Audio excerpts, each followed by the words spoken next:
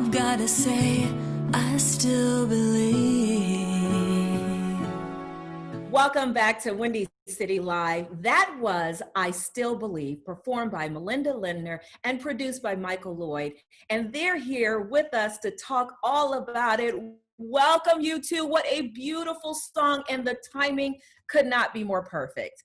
Oh, thank you so much. She does. This is a gal that's got a voice that touches people. She could sing the phone book. I said that before to other people. She could sing the phone book, and she just makes you cry. It's amazing.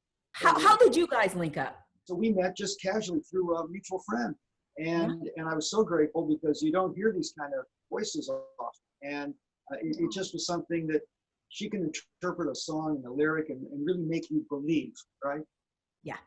Yeah. And that's what we're feeling with this song, I Still Believe. And it's such a special song. And your inspiration came from what we're going through. First, the pandemic, then we've got civil unrest. Right now, our country, our world, our nation, we need something like this. Absolutely. Well, it's great. We're going through a time that, you know, you can look back at World War II, you can look back at other very odd times in history and the people that went through them. And, you know, we wonder what's going to happen a couple of years from now when people look back at this time. Right. Will we be done with it a couple of years from now? You know, God willing, we will.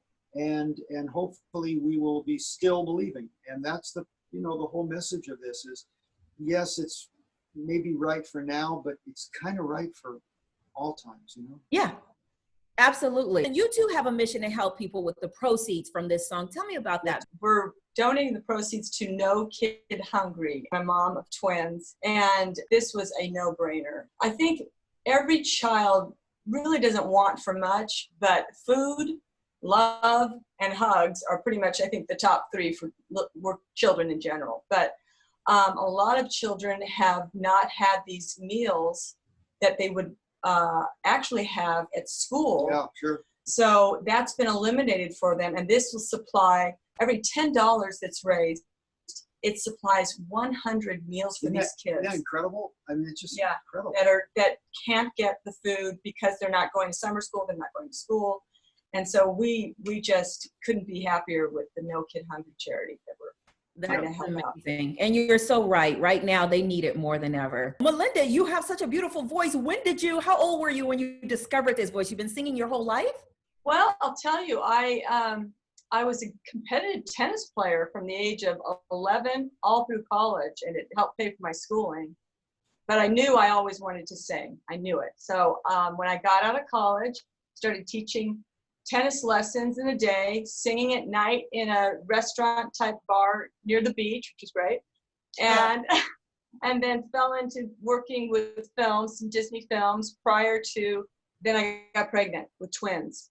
And so I stayed home with them pretty much. And then when they got into teen years, I started getting back into it. I met Michael, I did La La Land, and here we are. So we're moving, but it's my passion. It's something I've always wanted to do since I was a little girl, and Michael has been a blessing.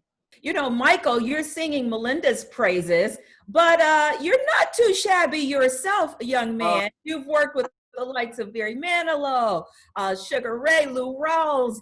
The list goes on and on and on. How did you get into the music industry, and what keeps you going to put out such wonderful pieces? I started playing classical piano when I was about 4 years old.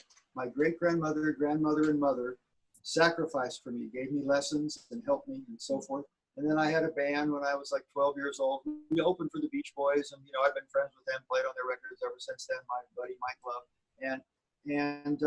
And then my friend and I became president and vice president of MGM. I was 20, he was 24.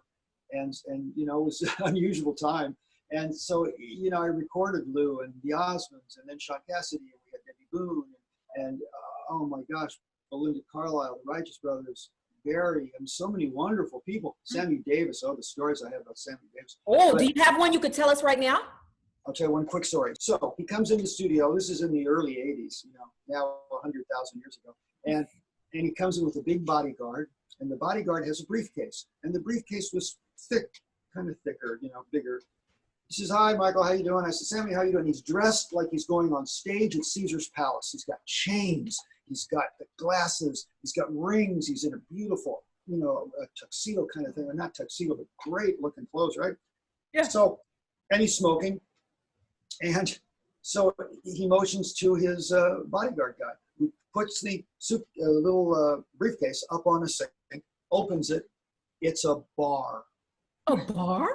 It unfolds. There's glass, Oh a my mirror. Beautiful. There's, the decanters, ice. He makes him a drink. So he's got a drink. He's got a cigarette. He loosens his tie. Okay, we're ready to go. Wow. I can only imagine the other stories you have. A traveling bar. I think we need to bring that back, especially. I mean, you never know. You never know when that can come in handy. I love you guys. Thank you so much. And make sure that you add I Still Believe to your playlist. We'll be right back with more Windy City Live. Coming up next in a classic Windy City Live, the teenager who is breaking ground in cancer research.